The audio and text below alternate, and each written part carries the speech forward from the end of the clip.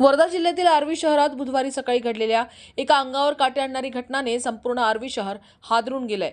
इंदिरा भाजी मार्केट परिसरात एका माथेफिरू युवकानं केलेल्या अमानुष हल्ल्यात 70 वर्षीय वृद्ध शेतकऱ्याचा जागीच मृत्यू झाला, तर अन्य दोन शेतकरी गंभीर जखमी झाले असून जखमीपैकी दुसऱ्या शेतकऱ्याची रुग्णालयात उपचारादरम्यान मृत्यू झाला आहे। भर दिवसा ढवळा असलेल्या बाजारात घडलेल्या या घटनेमुळे आर्वी शहरात भीतीचे वातावरण पसरलेलं आहे।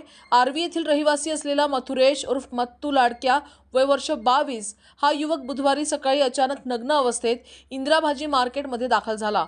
त्याच्या हातात एक मोठी लाकडी काठी असून मथुरोशननं अचानक धुमाकूळ घालण्यास सुरुवात केली।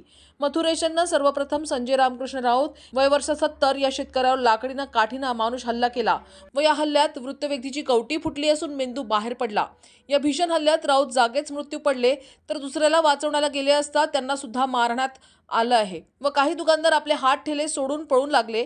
अशातच आर्वी पोलिसांना माहिती मिळताच घटनास्थळी पोहोचून माथेरोश लाडके याला ताब्यात घेतले व पुढील तपास आर्वी पोलीस करीत आहेत। न्यूज एक्सप्रेस करिता संतोष देशमुख, वर्धा।